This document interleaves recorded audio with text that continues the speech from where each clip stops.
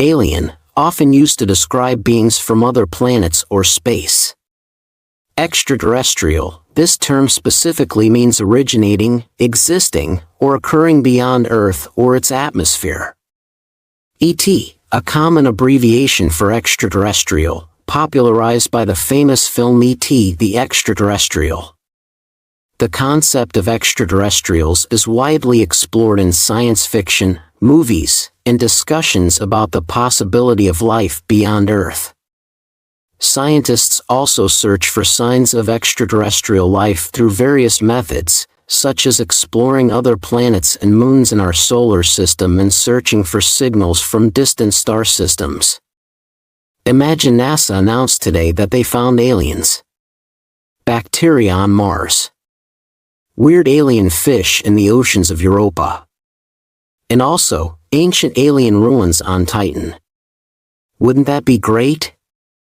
Well, no, it would be horrible news. Devastating even. It could mean that the end of humanity is almost certain, and that it might be coming soon. Why? Why would the most exciting discovery of our lifetime is coming soon? Let us imagine the development of life from its inception, to us today, as a flight of stairs. The first step is dead chemistry that needs to assemble itself into self-replicating patterns, stable and resilient, but also able to change and evolve. The second step is for our early life to become more complex, able to build more complicated structures, and use the available energy much more efficiently. On the next step, these cells combine to become multicellular beings, enabling unbelievable variety and further complexity. The step above sees the species evolve big brains, enabling the use of tools, culture, and shared knowledge, which creates even higher complexity. The species can now become the dominant life form on its planet, and change it according to its needs. First, shy attempts to leave its planet are happening. This is where we are now. It's in the nature of life as we know it to reach out, to cover every niche it can. And since planets have a limited carrying capacity and lifespan, if a species wants to survive, it will look for more places to spread to. So the steps above the current ones seem logical. Colonize your own solar system. Then spread further to reach other stars. To the possible final step, becoming a galaxy-wide civilization. It's very likely that this is a universal principle for civilizations, no matter where they're from. If a species is competitive and driven enough to take control over its planet, they'll probably not stop there. We know that there are up to 500 billion planets in the Milky Way, at least 10 billion Earth-like planets. Many have been around billions of years longer than Earth, but we're observing zero galactic civilizations. We should be able to see something, but there's nothing. Space seems to be empty and dead. This means something is preventing living things from climbing the staircase beyond the step we're on right now. Something that makes becoming a galactic civilization extremely hard. Maybe impossible. This is the Great Filter.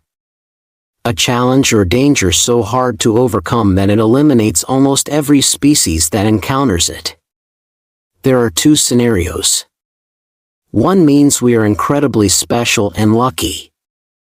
The other one means we are doomed and practically already dead. It depends on where the filter is on our staircase. Behind or ahead of us. Scenario 1.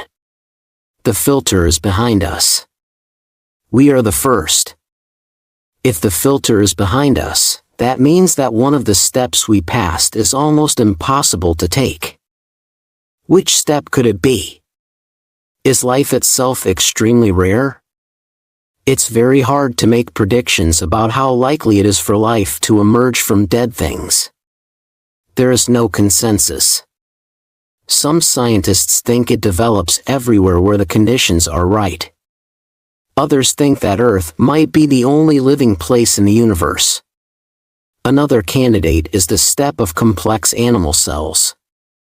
A very specific thing happened on this step, and as far as we know, it happened exactly once.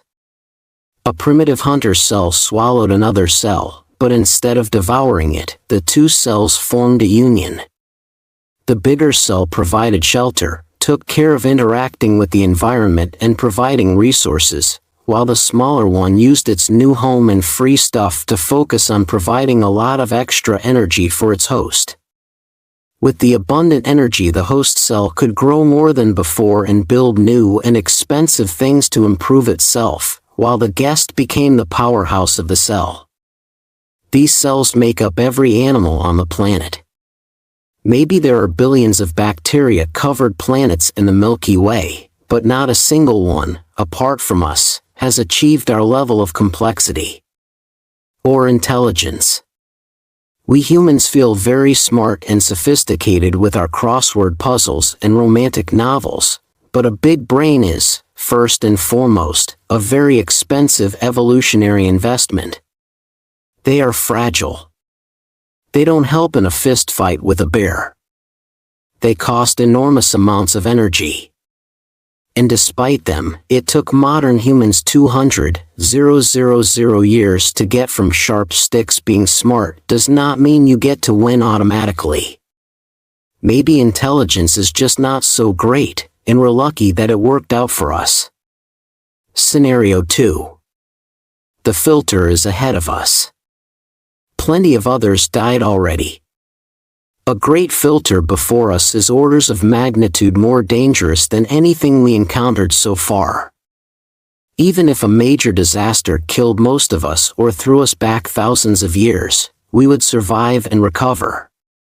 And if we can recover, however, even if it takes 1,000,000 years, then it's not a great filter, but just a roadblock to an eventual galactic civilization. On universal timescales, even millions of years are just the blink of an eye. If a great filter really lies before us, it has to be so dangerous, so purely devastating and powerful, that it has destroyed most, if not all, advanced civilizations in our galaxy over billions of years. A really daunting and a depressing hypothesis is that once a species takes control over its planet, it's already on the path to self-destruction. Technology is a good way to achieve that.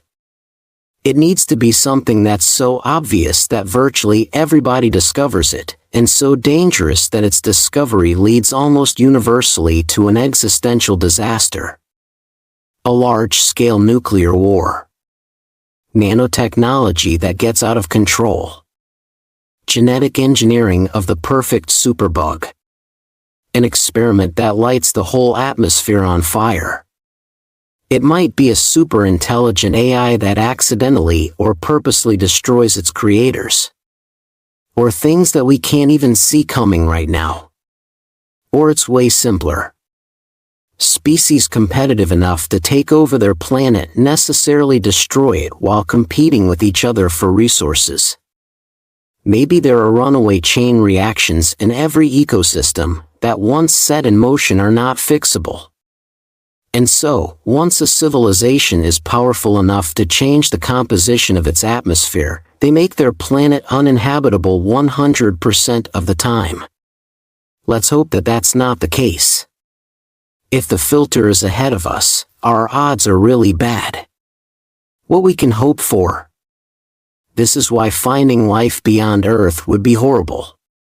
The more common life is in the universe, and the more advanced and complex it is, the more likely it becomes that a filter is in front of us. Bacteria would be bad, small animals would be worse, intelligent life would be alarming. Ruins of ancient alien civilizations would be horrible. The best case scenario for us right now is that Mars is still alive. That Europa's oceans are devoid of life, and the vast arms of the Milky Way harbor only empty oceans, hugging dead continents.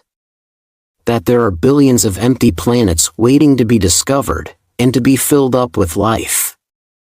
Billions of new homes, waiting for us to finally arrive.